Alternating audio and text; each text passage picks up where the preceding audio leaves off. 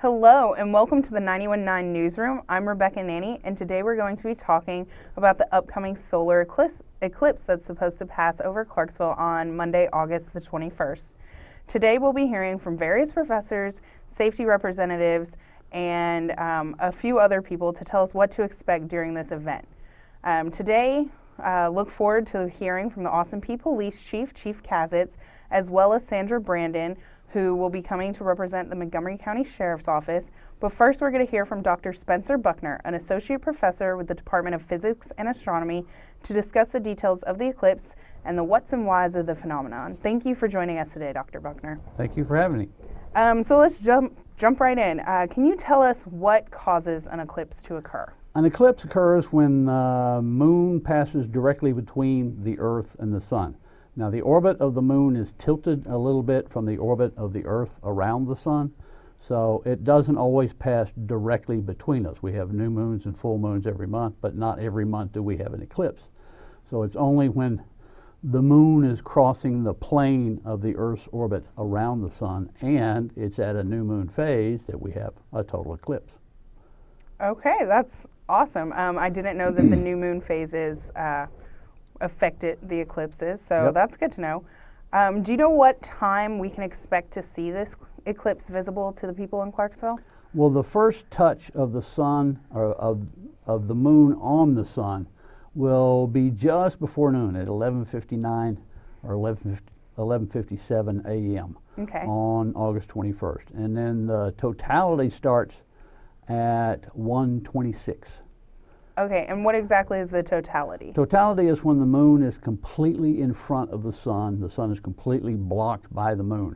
And it will get, some people say as dark as night, but it's not going to be quite that dark. It'll be more like late twilight is how dark it will be at 1:30 in the afternoon, basically. So fireflies will come out, crickets will start chirping, you know, all the things, the birds will go back to their nests, all the things you would expect for animals to do when it gets to be sunset and dark. Perfect. And then the last touch of the moon leaves at just before 3 o'clock. So the whole thing will last about 3 hours. Awesome. That's really cool. So to kind of bring it back, do you know what the most famous total eclipse was in history? Well, there's several of them that had historical importance. There was one back in ancient Greek times that it had been predicted by an astronomer. And there were two of the Greek city-states that were actually at war at the time. And the eclipse came, and they were so startled by it and surprised by it that the war ended.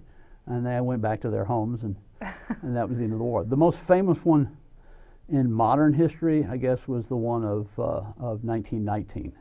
At that time, Einstein had published his theory of general relativity. And one of the predictions of the theory was that light would be bent by a gravitational field. And the only way to test it would be to see if you can notice a change in the position of stars very close to the sun. And of course, you can't see stars very close to the sun except during a total eclipse. Yeah. And so there were expeditions to South America and to an island off the coast of Africa that set up telescopes and did the experiment and actually verified Einstein's general theory of relativity. And that was 1919. It was also geopolitically, it was kind of an important thing because that was right after World War I, and Einstein, of course, was German, and the major part of the expedition was put on by the English, and so it was kind of a post-war cooperation type thing. Interesting. So with knowing the history of eclipses, can you tell us when we can expect to see the next solar eclipse in North America? Or the from next North solar America? eclipse in North America will be on April the 8th in 2024.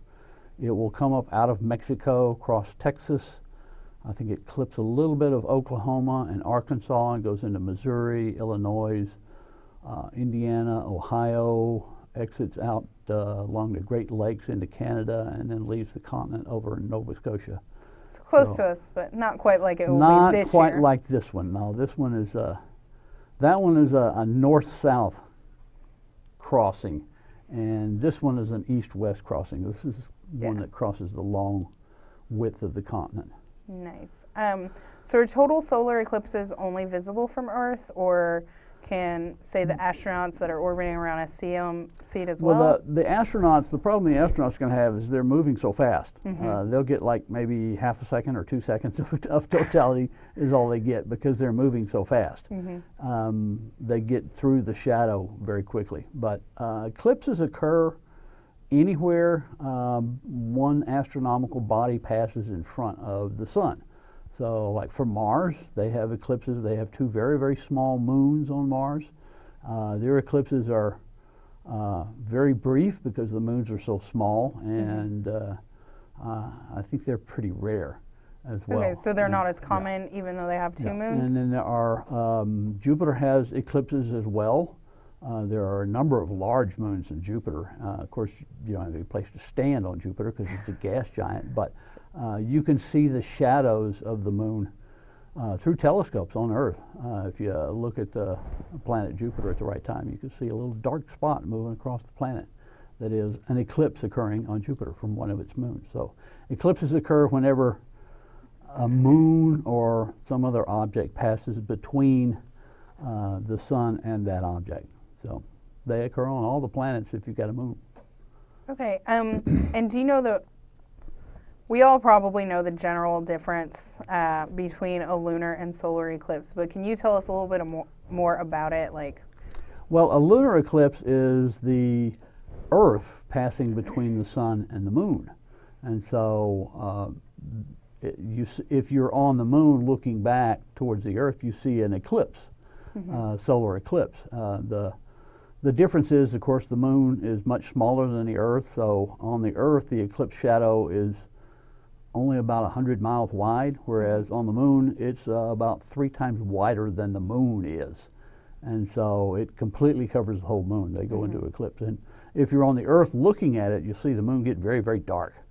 So we'll go from the brightness of a full moon night to almost a night with no moon. So it'll get very dark, and you can see a lot more stars and stuff. So are lunar eclipses more common than They solar are because eclipses? you only have to be on the right side of the planet to see a lunar eclipse. Whereas a solar eclipse, because that path is only about 100 miles wide, you've got to be in the right spot on Earth to see it. So lunar eclipses are a little more frequent, and all you got to do is be on the right side of the planet Earth to be able to see it. Okay. And while we're talking about differences, while reading up about our total eclipse that's going to come, I was reading about annularity eclipses. Can you tell us a little bit about those? Annular eclipses, well, the moon orbits the Earth in what's called an ellipse. It's not a circle, it's an ellipse. So at times it's going to be farther away from the Earth, at other times it's closer.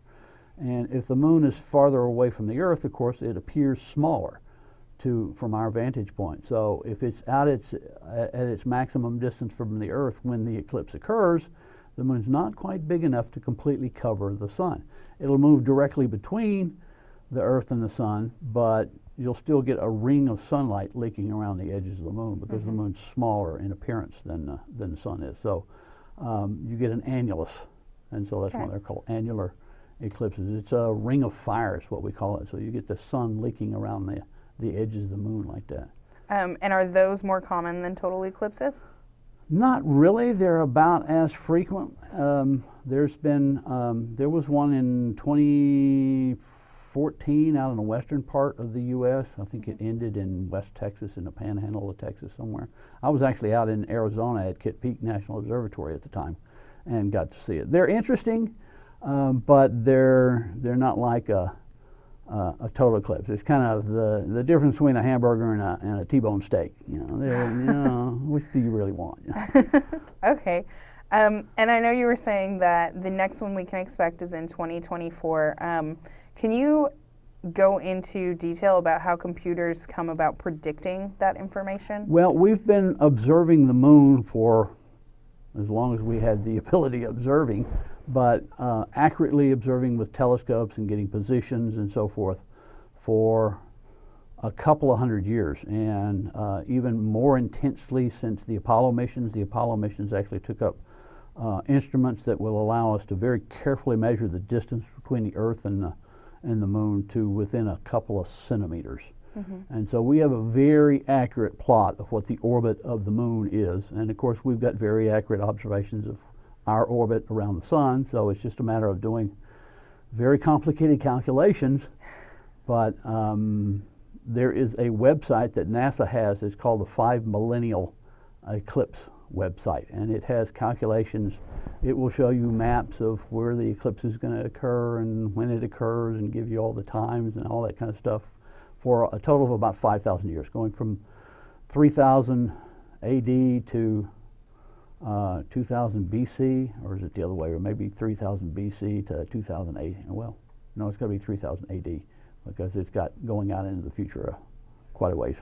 Well, that's super interesting. And what website was that again? I don't have the URL with me. It's a NASA website. I wouldn't even want to guess it to you. Just Google 5 Millennial Eclipse page. All right. And they'll have it, I'm sure. Okay, and can you tell us a little bit, how do scientists or astronomers use the information they get from a solar eclipse to benefit them? What value does it have for your research? There are satellites we have out in space now that look at the sun continuously, and they look in all sorts of different wavelengths, but to see the solar corona, those instruments that are out in space have what's called a coronagraph. It's a small disk they put up right in front of the sun. Mm-hmm. But the problem is the width of that disk, the apparent width of the disk, is about 2.5 times the width of the sun. And so they block the inner corona. You can't see the inner corona of the sun. The only time you can see it is during a total eclipse, because the moon is just precisely the right size. And so that's one of the experiments we're going to be doing. It's called Citizen Kate. And I don't remember what the CATE stands for, but it's a NASA acronym or something. But the idea is to have identical telescopes set up all along the eclipse path to observe the inner corona of the sun and see what its behavior is. How does it change over the course of the 90 minutes that it will cross the country, the whole country. So that's the biggest scientific thing going on right now is observing the inner corona of the sun, because there really is no other way to observe that part of the sun. It's just not possible with the satellites that we have. And does that information help you understand its age, and it helps us understand how the outer part of the sun seems to work. The corona of the sun is at temperatures of over 1 million degrees. Mm-hmm. And yet the surface of the sun is only about 6,000 degrees. So how does something that's only 6,000 degrees heat up an area to millions of degrees? Mm-hmm. It doesn't seem to make sense, and that's one of the big puzzles in solar physics right now, is how does that go on? And we think it has to do with magnetic fields, and of course the corona follows those magnetic fields lines, so it will help us to understand that heating mechanism. How can something that's only 6,000 degrees heat something up to several million degrees? Mm-hmm.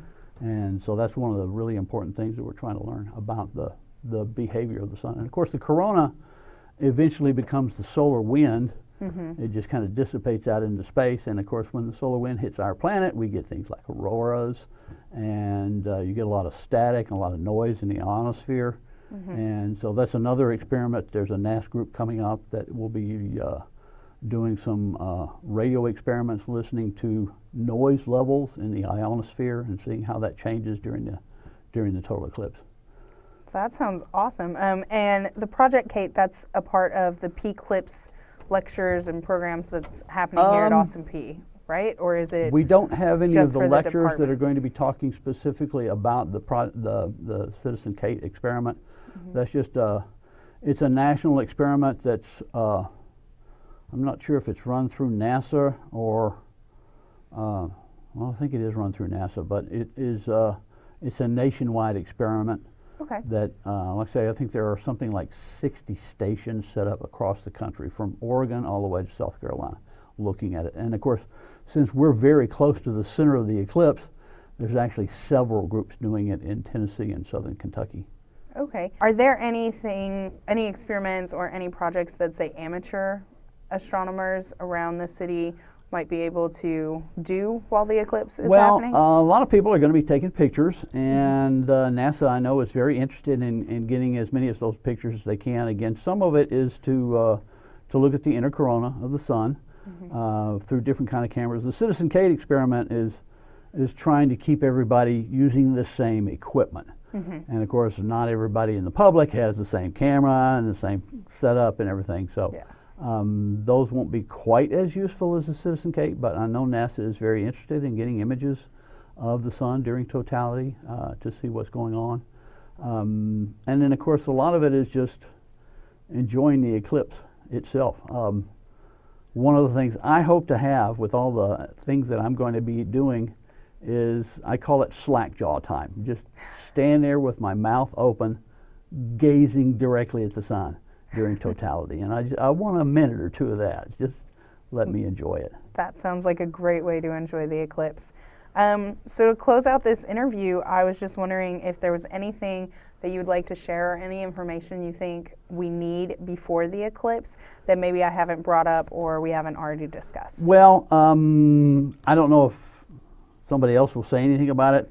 You need these things. These are called eclipse glasses. Actually, the better word for them would be partial eclipse glasses. Most of the time, like I say, the first bite is a little bit before noon, and the last bit of it is just before 3 o'clock. The totality, the time that is actually safe to look at, is only going to be, depending on where you're at in Montgomery County, maybe about 2 minutes, 20 seconds is all. That's the only time you can safely look directly at the sun. Otherwise, you need to be wearing something like this. These are for eye safety, and they block out like 99.9999% of all the light, which makes it safe to look at the sun. Because the enjoyment of the eclipse is seeing that bite getting larger and larger, and more of the sun being covered. But to see it, you need to look at the sun safely. And it's actually kind of difficult to look directly at the sun without some kind of eye protection. Your brain tells you, don't do this, this is burning your eyes. And it's very hard to get over that glare. And so eclipse glasses like these, there's lots of places. I know Austin Peay has a bunch of them, and we've been selling them at the Clarksville Market Saturday mornings every summer, or every Saturday this summer. And so you need eye protection of some kind. Eclipse glasses aren't the only way to do it, but there are other ways. But eclipse glasses are probably the easiest, and they're usually about $2 or something like that. So they're not real expensive, and you can get them not just from Austin Peay. There's Walmart, Kmart, and Home Depot and other places have them for sale too. So. Okay, well, thank you so much for your information. We really appreciate you coming in and talking with us today. And we'll be right back soon, where we'll be talking to Dr. Smith about eye protection for the eclipse. On August 21st, a once-in-a-lifetime phenomenon will occur in Clarksville, Tennessee. And Austin Peay State University is one of the best places in the world to witness it. The phenomenon is the 2017 eclipse. Join us for one of our PeayClipse experiences, 7 p.m. Sunday, August 20th, as we host former astronaut Dr. Ray Seddon for a special presentation in the Dunn Center. On Monday, August 21st, we will host our PeayClipse events in the Dunn Center for education and entertainment activities prior to the eclipse. Live viewing opportunities will take place at Forterra Stadium during the eclipse. Keep in mind that you need a pair of certified solar glasses to view this spectacle. For more information or to buy solar viewing glasses and commemorative eclipse books, visit apsu.edu/eclipse. Hello and welcome back to the 91.9 Newsroom. I'm Rebecca Nanny, and we're here to talk everything eclipse. Today we'll be hearing from various professors and safety representatives about what we can expect on August 21st during the solar eclipse. We'll be hearing from Austin Peay's campus police chief later about what we can expect here at Austin Peay during the eclipse. But before we get to him, we're going to be talking to Dr. Alan Smith, a professor from the Department of Physics and Astronomy, about the various issues regarding eye safety when it comes to watching the eclipse. Hello, Dr. Smith, and thank you for joining us today. Thank you for having me. So let's jump right in. We need to wear safety glasses. We have a couple here in the studio today to look at and talk about, but why and for how long should somebody wear these glasses during the eclipse? So anytime you look at the sun, it's fairly bright. And we evolved on the surface of the planet, and so if you momentarily glance across the sun, you're not going to do any real lasting damage to the eyes. But if you stare at the sun, like during an eclipse, that's where you start building up ultraviolet in the cornea, which will lead to cataracts, and you also produce sunburn on the retina. And you may have noticed that effect if you stare at computer screens for several hours at a time. And your eyes hurt, that's a sunburn on the retina caused by the ultraviolet coming off the monitor.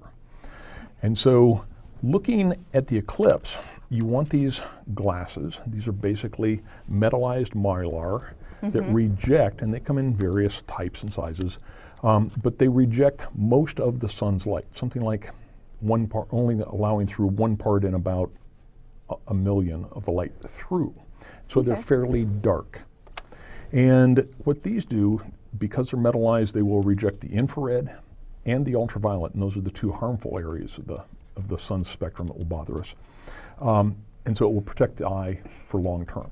So during the eclipse, anytime that the sun is actually visible, you want to have the glasses on. So these are more correctly partial eclipse glasses. Okay. During totality, you actually want to take them off or you won't see anything, because not enough of the sun's light will make it through the glasses to see the inner part of the corona, the sun's outer atmosphere. And the totality only lasts for about 2 minutes, correct? Totality will only last about 2 minutes here in Clarksville. So these safety glasses, if we can't get our hands on these, what other kind of glasses should we use to protect our eyes during the eclipse? So even if you can get your hands on safety glasses, you want the ones that are ISO certified, and they will have the ISO symbol on them, and it's the ISO certification. There's a number on it, 12312-2. Okay. There's also an ANSI standard, ANSI, which is the American National Standards Institute. And some of the ones that I know Walmart is selling are ANSI certified. They're equally safe. They're comparable certifications.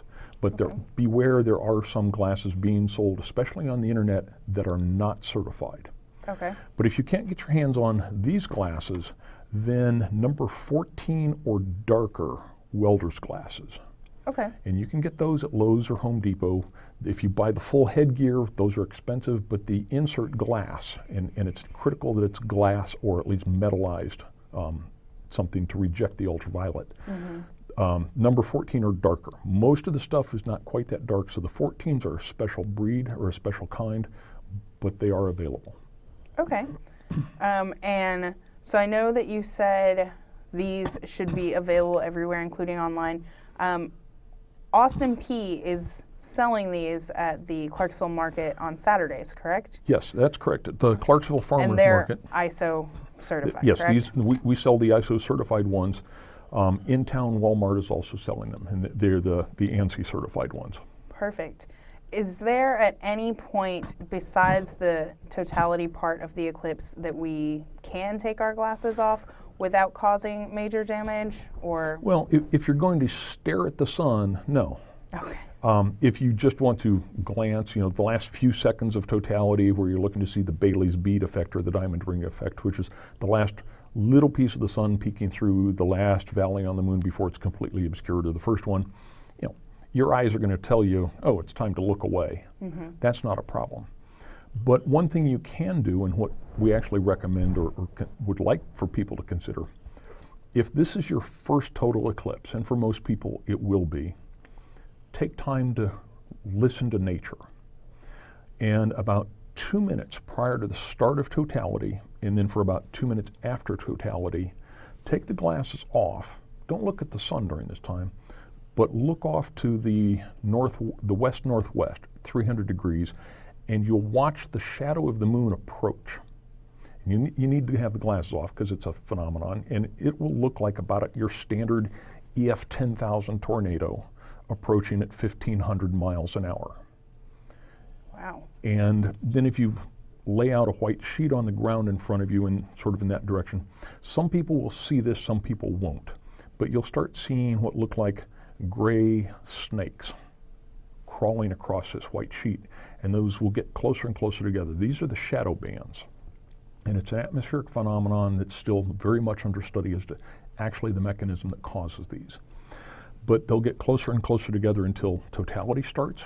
Listen to nature, listen to crazy people, birds will start chirping, crickets will be doing whatever crickets do, and if you're near cows, cows will do whatever cows do during eclipses and nightfall. And then for about 2 minutes after totality, the same will happen in reverse, except the shadow will then leave to, if I can do math in my head, 120 degrees east-southeast. Also looking like your standard EF 10,000 tornado at 1,500 miles an hour. That sounds like a very interesting phenomenon. I hope some of us are able to see it when that happens.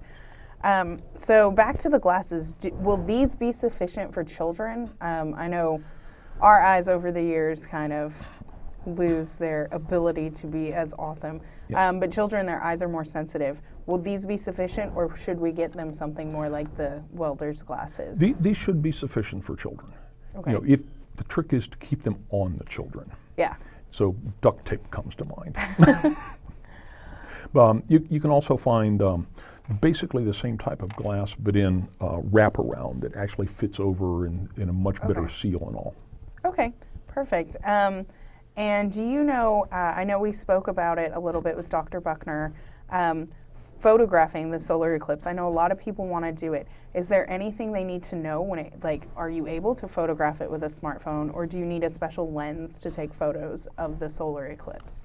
You need a filter if you're going to be photographing the partial phases, because the sun is still bright.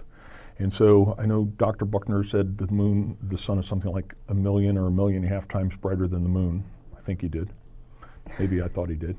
Anyway, the sun's about 1.5 million times brighter than the full moon. Yeah. And so even if it's 99% covered, so only 1% of the light of the sun is coming through, it's still 150,000 times brighter than the full moon. That's going to damage your camera if you're taking a lot of exposures of it. Okay.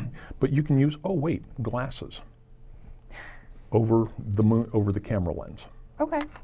Well, perfect. Now that we know that, so that should also work for smartphones as well. It should. You have to be careful with the focusing, because the autofocus on most smartphones will bounce off the closest surface they find, which is not what you want. Yeah.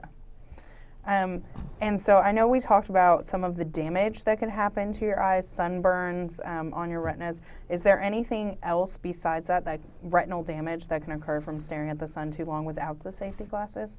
You can get retinal damage, and that will vary person to person. We know from prior experiments that most of that damage is reversible given time. But the ultraviolet buildup in the cornea will lead to long-term cataracts, and that you can't avoid. And how late does the damage usually show up after exposure, like staring at the sun during an eclipse? Oh, having not stared at the sun during an eclipse before, I don't know. But it can be anywhere, just as any damage would, anywhere from a few months probably to several years afterwards. Okay. Are there any instructions you can give to make homemade glasses, as maybe an experiment with the kids at home, or even if you just go and Walmart's out of the eclipse safety glasses, is there something they can use at home to create So if you, rather than try to create glasses, and one thing that will not work is stacking layer upon layer upon layer of over-the-counter sunglasses together. That will not work. Something to do rather than that is build a camera obscura. Basically, it's the simplest form of a camera. It's a lensless camera.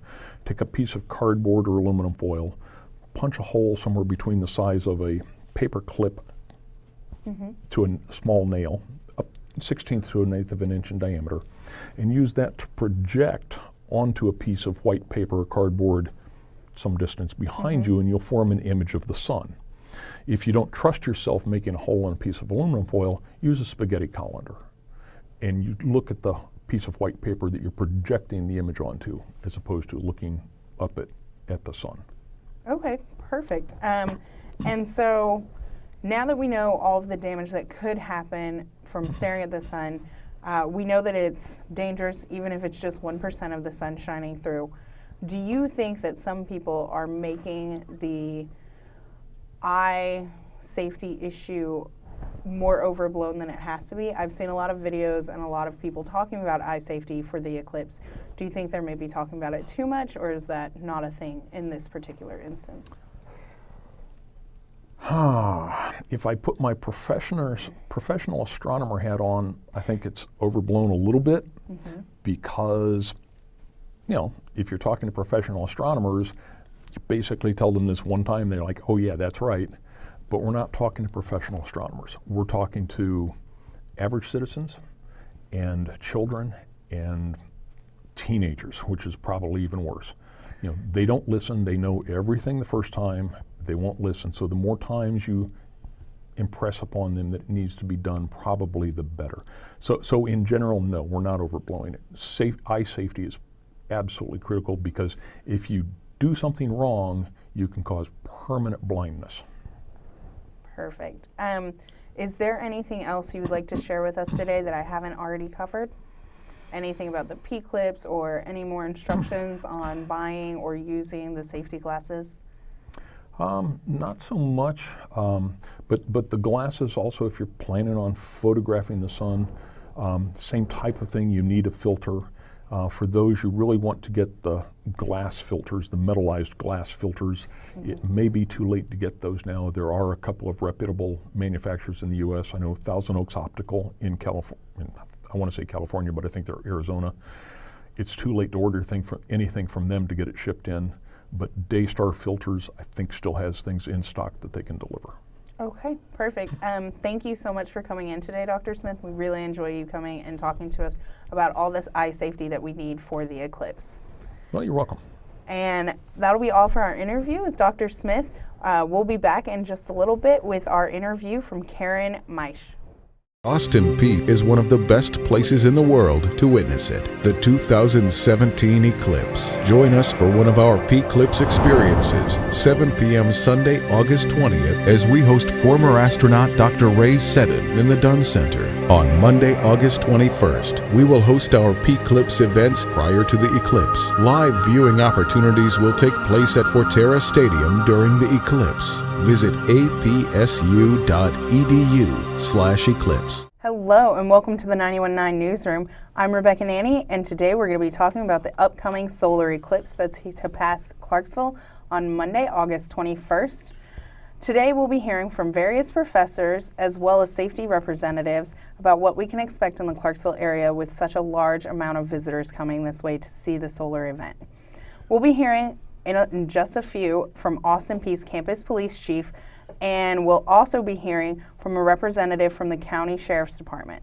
However, right now we're going to talk with Dr. Karen Meisch about all things PeayClipse. We're going to talk about the events, the lectures, and all the ins and outs that we need to know about this event. Thank you so much for coming in and talking with us Thanks today. for having me, Rebecca. So tell us about PeayClipse. What is going on? Oh my gosh. So there's so many amazing events that we have going on. So it's actually started over this entire summer. So we've actually partnered with Clarksville Parks and Recreation, and we have had a mini, what we're calling PeayClipse lecture series, where we've had 4 different speakers go before different movies and give kind of little pieces about the total solar eclipse that's coming from different perspectives. So one's about the actual science about it, one's actually about ancient cultures and how they used eclipses and solar systems as guides for their agriculture and calendars. Dr. Winters and Mary Winters just gave a great talk about eclipses through the lens of Greek literature and Greek mythology. And so they've done a really great job of doing these talks throughout the summer. We've also been down at the Clarksville downtown market every Saturday to help promote just the knowledge that the total solar eclipse is coming to the general public, to give them information about the events that we have going on, as well as hoping to educate everybody on how to be safe during the eclipse. I know Dr. Buckner and Dr. Smith mentioned that that's also where people can get their eye safety glasses. From your booth at the Clarksville Market? Yeah, they can either purchase them at the Clarksville Downtown Market. We're there up until the eclipse that Saturday before, or they can go online, apsu.edu/eclipse, and they can purchase them online as well. Perfect. And so tell us a little bit more about the lecture series. I know we're supposed to be having an astronaut here on campus to talk about all things Yeah, that so- they have, and doing a book signing too, I believe. Yeah, so the PeayClipse lecture series is just basically the kind of leading up to the event, and so we have done this all over the summer, and now on Saturday, August 19th, the weekend before the eclipse, which is on Monday, August 21st, we're going to be doing all of those lecture series back to back on Saturday in the Sundquist Center, Science Center, SSC. And this is open to the public? It is. It's open to the public. It's free to the public. The talks are going to begin around 1 o'clock or at 1 o'clock, and they're going to go back to back. And then on Sunday, the next day, is Dr. Ray Seddon. She's a NASA astronaut. She's been on 3 different missions into space. She's in the Astronaut Hall of Fame. She is going to be giving a keynote address at 7 o'clock at the Dunn Center on Sunday, August 20th. And that is also an event that's free to the public. Okay. She's going to have a book signing event starting at 6 o'clock before her talk begins. And she's going to be signing her Go for Orbit book, as well as our commemorative Austin P. PeayClipse book. Okay. Now, after her talk, this is going to be really special. We have an event that's called Launch 958. And so outside the Dunn Center, onto the wall of the Dunn Center, is going to be this really cool laser light show that Michael Dickens and McLean Feinstock have put together. And so not only is this cool laser light show, but they also have put together rumble strips and this kind of sound score of countdowns and launches and president speeches that you get to watch and kind of almost be this interactive launch that you get to go see. And that's going to happen after Dr. Seddon's talk on Sunday night, as soon as it gets dark. Okay. That sounds awesome. And are these events and lectures mostly geared towards people in college and adults, or are some of these going to be family, kid-friendly lectures? I think they're all family-friendly events, especially with Dr. Ray Seddon. The PeayClipse lecture series on Saturday is geared a little bit more towards the kind of older, I keep saying the kind of inner nerd. If you want to come learn more about all the different kind of aspects of the eclipse, I think that'd be a really interesting thing to come participate in. The Dr. Seddon's talk, absolutely kid-friendly. We'd love to get as many families here as possible to get to meet Dr. Seddon and hear her talk about her experiences. Okay, and how does this lecture series benefit the people who attend? What do you expect them to take away from it or learn from this lecture series? Well, I think just a general understanding and more appreciation for what makes this total solar eclipse so special, as well as solar eclipses in general, as well as just understanding more about space science and history and how really just all these different aspects of science and history and literature all come together to help give everybody this really big experience of how to experience the total solar eclipse as big as possible. That sounds awesome. Are there any educational activities that will be staged during the eclipse on Monday the 21st? Yes. So on Monday, August 21st, there's basically 3 different events that are on main campus. Now, one thing I did forget to mention actually is that we are actually a NASA official event. And so we have NASA coming up that weekend as well as some special groups, and they're going to be doing a lot of science.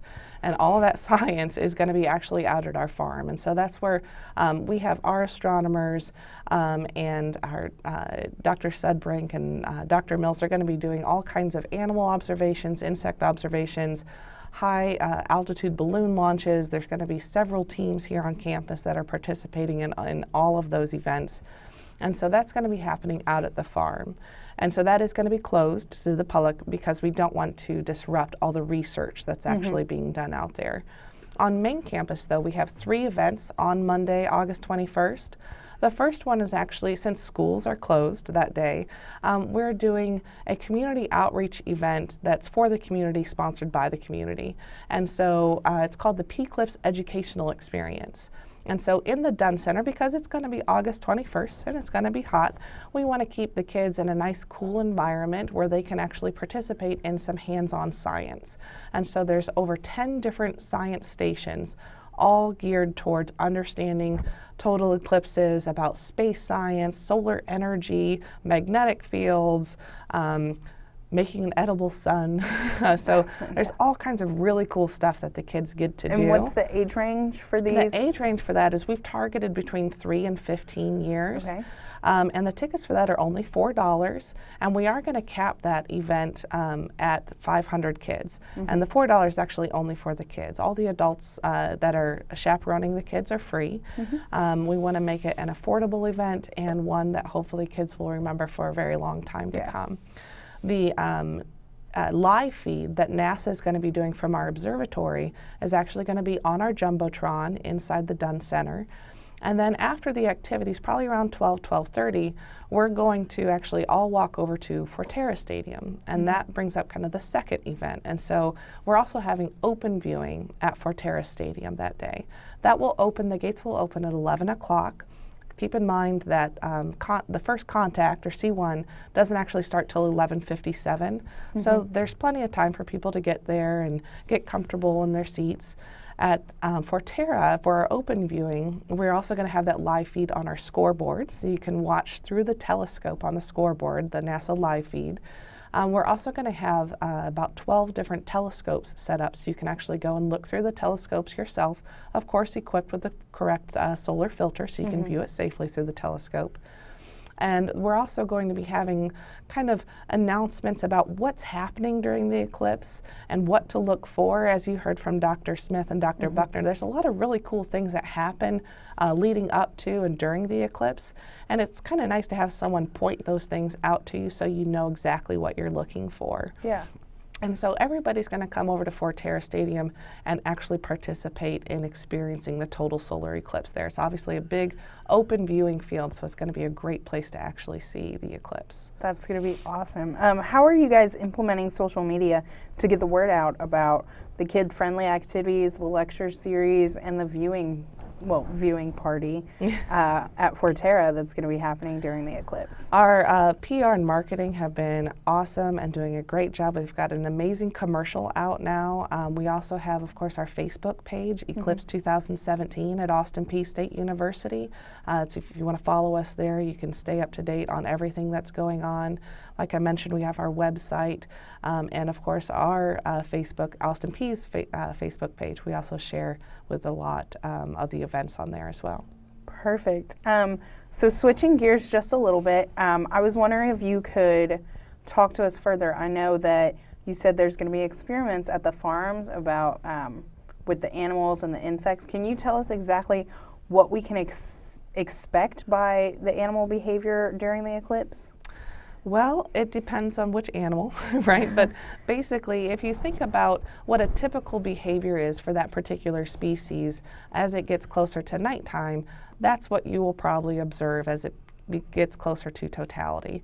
And so the temperature is probably going to drop anywhere from about 15 to 25 degrees Celsius that day during the eclipse. And of course, as it gets darker and darker, animals are going to think that it's nighttime. And so it just depends on which animal it is that you're actually watching. Out at the farm, we're going to be observing the cows. We're also going to be observing crickets. And I believe they're going to be doing, of course, the high altitude balloon launches out there. And that's going to be really amazing. So there's a team of high altitude balloonists that have stretched all the way from Oregon to South Carolina. And so they're going to have all their equipment up. And this is, these get, I think, up to 120,000 feet. And it's amazing, the views that they get. And so they're going to be getting data during the eclipse from those high altitude balloons. That's fantastic. Talking more about observing animals and stuff, will we be able to observe anything else, like possibly the effects of the eclipse on the green power generation for cities who, say, use solar panels to create their power? How will they be affected by the total darkness? I doubt that you'd have any impact, because obviously how solar energy works, right, is that it stores it for quite some time. And in the solar energy world, this is going to be kind of just a small blip. So it shouldn't have any impact on that. Okay, what about environmental impacts? Will the eclipse cause any environmental impacts, such as tides or gravitational effects? Again, it's going to be so quick, and so the actual shadow of the moon is only around, the one that we're seeing this time is about 60 to 70 miles across. And keep in mind the moon is moving over about the shadow is moving over 1,500 miles per hour. And so, again, it's happening so quickly that it probably won't have any impact. Okay. And is there anything else you'd like to add about the PeayClipse or anything general about the eclipse that's happening, lecture series or science that maybe we haven't talked about yet? Yeah, there's actually one more event that's happening on August 21st that I haven't talked about yet, and that is the PeayClipse Lunch and Learn. And so this is a donor event for alumni and friends, and this is a $200 ticket, but you get kind of to experience everything. And so it starts with being invited to a reception with Dr. Seddon the night before her talk at 5 o'clock at the Dunn Center. It continues then on Monday, where you will actually attend a lunch and learn talk with Dr. Wingate. She's a NASA atmospheric scientist, and she's going to be giving a talk while you get to eat lunch in the Govs Club at Forterra Stadium. And so then there's also an amazing pendant necklace that's been donated by a local jeweler, and the attendees will receive that pendant necklace as part of their ticket. They also are going to receive our commemorative book and glasses, a Tennessee 3D printed projector system, so you can watch the eclipse that way with the projector as well. And also the coolest thing, in my opinion, is that they get to actually get a pin, an Austin Peay pin, that's going to go up with the high altitude balloons that day. And when it comes back down, that's going to be sent to them with the actual height that the pins reach that day during the eclipse. That's really cool. That is very exciting. So the PeayClipse lecture series starts on Saturday the 19th, correct? Yes. And it's just going to have events Saturday, Sunday, and Monday. Yes. So for 3 days straight, from the 19th to the 21st, it's going to be a very busy weekend. It is. So I really hope a lot of people come out to the PeayClipse. I want to thank you so much for coming in today and talking to us about this. This is all very informative and interesting information, especially for the kids on Sunday. They'll get to do all that hands-on science, which I think is great because not many kids get an opportunity like this to see an eclipse and also experiment. I think it's something they'll all really remember. We're really excited. Yeah. So thank you again for coming in today and talking with us. We're going to be talking with Chief Kazix next about all the things safety-wise that needs to happen here on Austin Peay's campus for PeayClipse to be a success. On August 21st, a once-in-a-lifetime phenomenon will occur in Clarksville, Tennessee. And Austin Peay State University is one of the best places in the world to witness it. The phenomenon is the 2017 eclipse. Join us for one of our PeayClipse experiences, 7 p.m. Sunday, August 20th, as we host former astronaut Dr. Ray Seddon for a special presentation in the Dunn Center. On Monday, August 21st, we will host our PeayClipse events in the Dunn Center for education and entertainment activities prior to the eclipse. Live viewing opportunities will take place at Forterra Stadium during the eclipse. Keep in mind that you need a pair of certified solar glasses to view this spectacle. For more information or to buy solar viewing glasses and commemorative eclipse books, visit apsu.edu/eclipse. Hello and welcome back to the 91.9 Newsroom. I'm Rebecca Nanny and we're talking everything solar eclipse, which, in case you haven't been listening, will be Monday, August 21st, and it'll be passing by Clarksville, so make sure you go out and grab your safety glasses. Today we've talked with professors, and now we're going into our safety segment of it. As many of you know, we are getting a lot of visitors for the solar eclipse. So to talk about some of that safety, we're going to talk to Chief Kazix about the going-ons at Austin Peay, to parking, to visitor guests, and making sure everybody's safe and courteous of their guests. So thank you for coming in today, Chief Kazix. Thank you for having me. So let's jump right in. The PeayClipse is happening, and there's a lot of things happening on campus. What are you doing to prepare for the PeayClipse and all of the visitors we're to have on campus that weekend? Well, we're working with various departments on campus in order to welcome our visitors. there's a lot of events going on, and we need to make sure that the community is safe during these events. So we're scheduling officers at certain events. For the actual event at Forterra Stadium, we are putting in our football procedures. So you'll see a lot of officers around the football stadium. And what can we expect police force rise for the other events? Like the event at the Dunn Center, will it be kind of like at basketball games where we have? There will be a reduced presence. You won't see as many officers. There'll be roving patrols going in and out. So it'll be a mix. You may not see as many officers as you're accustomed to, but with the like with the children's event, you don't need as many officers as if you would have a group of adults there.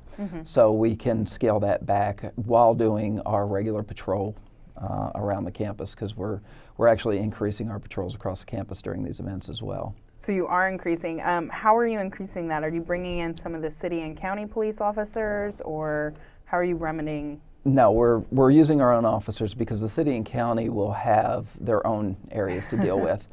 We have worked with Clarksville Police, and they are going to send us a few officers to help us patrol if they're available to do so. But we're expecting that they're going to be as busy as we are in other areas. So we're bringing in all of our officers to help with this event. Okay. And what are some of the issues the residents might meet with while trying to come to campus for the eclipse? Well, what can they expect? They should expect increased traffic. You know, we're going to have a lot of people coming to the events, and this is going to be a great place to watch it from. So, and our parking lots are going to be full. In certain parking lots. Will you guys be going by the parking lot guidelines since we'll have so much guests? Like if a professor comes to campus and their lot is full, will they be able to park elsewhere? Yes, we're going to have to relax our parking rules because our focus is going to be on people's safety and not parking regulations. However, we still want people to park where they're supposed to. So we're hoping that our employees get here early and don't leave. And then there are certain lots that are going to be pay lots, so people will have to pay to park in those parking lots. That's being run through athletics. So we can expect more traffic backup at those parking lots while they're collecting money and giving people the tickets that they'll need to collect their glasses that come along with their parking fee. Do you know which lots those are going to be, or are those not determined Those are the yet? ones in proximity to the Dunn Center and to the football stadium. Okay. So basically, if you're not planning on coming to the PeayClipse lecture series or to watch from Forterra, don't come to campus that day. Well, I wouldn't say that because campus is always a great place to be. Yeah. But just expect that there's going to be a lot of people on campus. There's going to be a lot of traffic. And there's not a good way to direct traffic on campus. You know, everybody says, well, can't you get out there and direct us through this stop sign? The way that campus is set up, we're just going to direct you to the next stop sign. Yeah. Because there's so many stop signs and red lights in the center of campus as well as the surrounding city streets. Yeah. So there's no good way to direct around campus. So just understand that when you're coming to campus and when you're leaving campus, be a little bit more patient, build in a little bit of extra time, and understand that everybody else is in the same boat as you trying to get to their destination. But you can only fit so much through a funnel at one time. Yeah, and everyone should remember, because there's going to be a lot of traffic, that means there's more than likely going to be a lot of people walking to their vehicles. So there's going to be a lot more pedestrians around campus than someone might meet on a regular day through campus before school starts. Yes, we're going to treat this like it's going to be a commencement with the amount of foot traffic and vehicle traffic we're going to see. Okay. Are there any tips you might have for visitors or Clarksville residents to stay safe and keep in mind the people around them that do come to campus for the eclipse? Yes. Well, if you're walking on campus, be wary of vehicles. They might not see you. Even if you're in a crosswalk, don't assume you have the right of way. If you're driving, look out for pedestrians. That's very important. When you park your vehicle, make sure you lock it. Put valuables out of sight or don't leave valuables in the car. Since it's going to be a hot day, and make sure that you take everyone with you. Unfortunately, there's a lot of instances where people leave their children in the car by mistake, and so make sure you check your vehicle before you leave. There's going to be a lot going on, there's going to be a lot to see, and we just want to make sure everybody's safe. Okay, will there be any animal regulation? I know a lot of people who are thinking about going to the park so they can bring their animals with them while they watch the eclipse. will there be any regulation here, or? We don't deal with that. Okay. That's more for the athletic venues and all that in Okay. the athletics department. We don't restrict animals unless, obviously, they are, if the animals are acting in a vicious manner, then we'll have to take some action to ask them to leave. But if somebody brings their little dog, my department's not going to restrict that. Okay. Are you guys using social media or your LiveSafe app to get out important information about safety tips or what you guys might be doing during the eclipse to keep people safe on campus? We will be using it. We obviously have a Twitter account at APSU Police. We have a Facebook page, APSU Campus Police. The LiveSafe app would actually work in reverse. It's a way that people can contact us. They can text us tips on there, or they can call us and be able to tell us what's going on.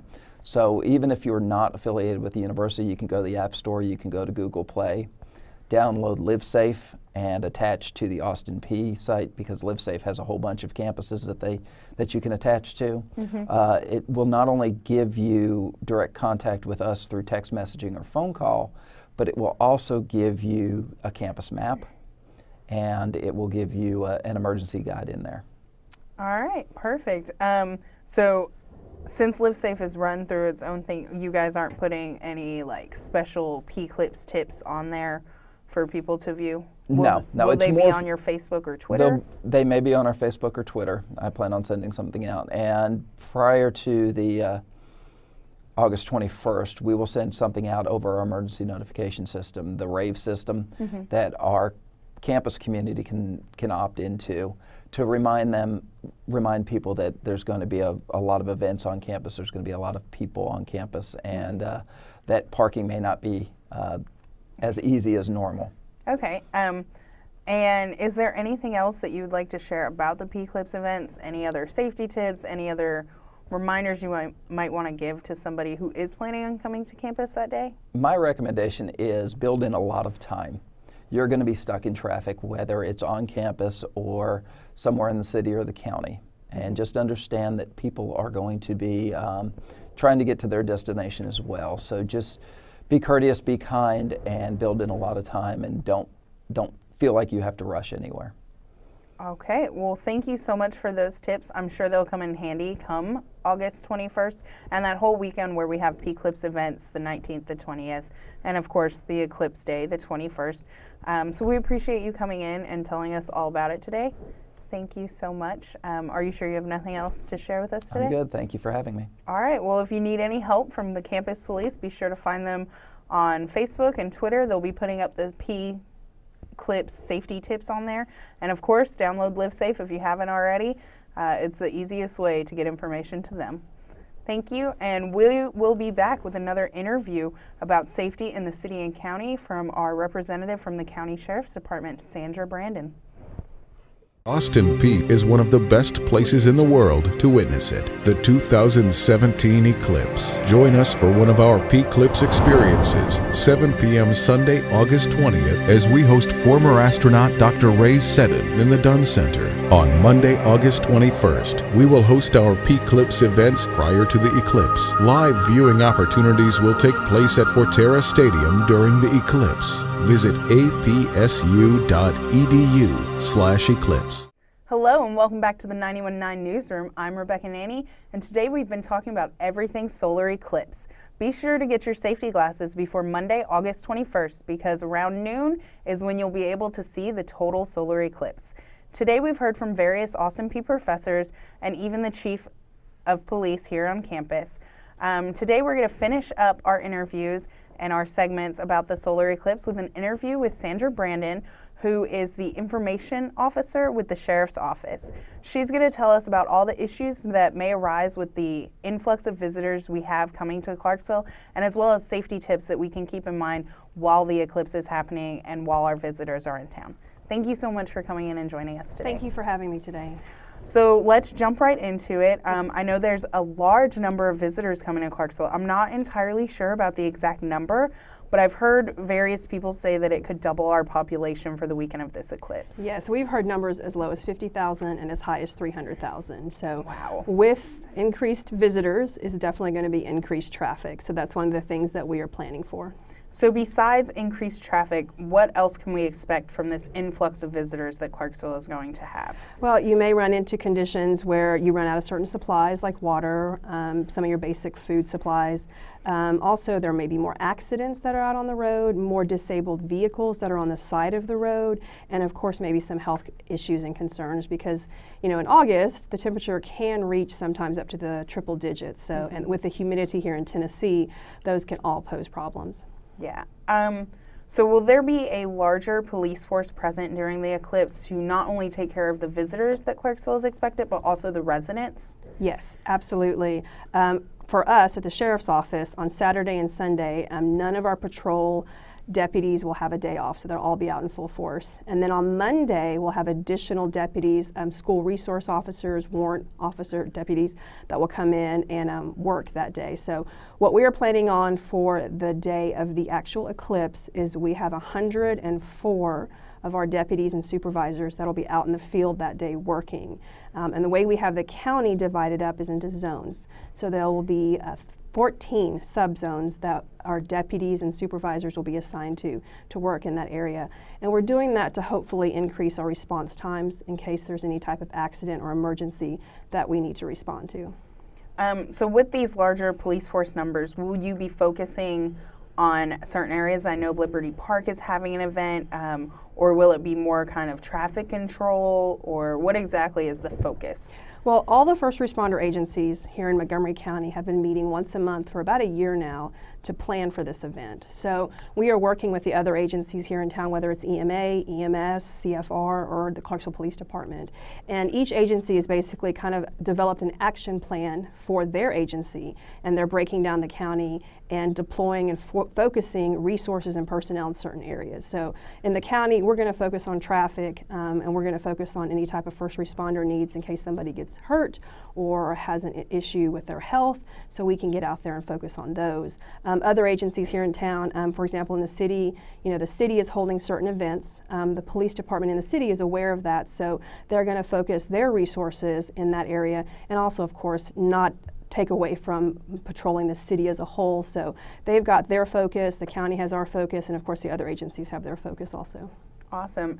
Is there anything that we as residents can do to help make this process easier for Clarksville as a whole? Absolutely. We are encouraging you to make a plan for that day. So whatever it is, make a plan and stick to that plan. So whether you want to view the eclipse at one of the events here at Austin Peay or at one of the parks in the city or the county, make a plan to get there. Take resources with you, water, snacks, food, your glasses. Make sure you've got everything that you need and stick to it. By doing that, we hope to lessen the traffic that's on the road, and it'll be a more pleasant experience for everyone. Okay. So would you say that it would probably be better and easier to stay at home rather than go to a public event since there will be so many visitors? Well, this is one of those once-in-a-lifetime events, so I don't want to dictate how you want to experience that event because we want that to be special for you. Mm-hmm. So it doesn't matter if you decide to go to a public viewing or have a private viewing in your home. Mm-hmm. Just make sure that you have a plan in place and resources available to you if you need them.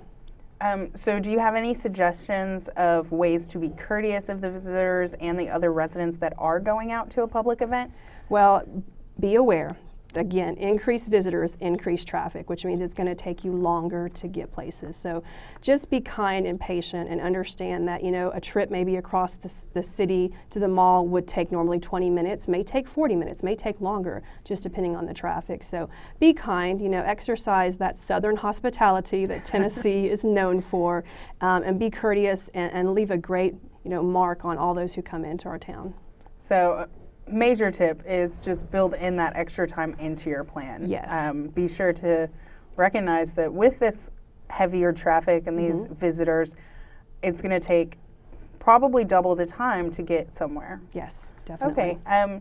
How are you guys implementing social media to get this information out to the residents and hopefully to the visitors that are coming to Clarksville? Are you using Facebook and Twitter or flyers or anything? We are.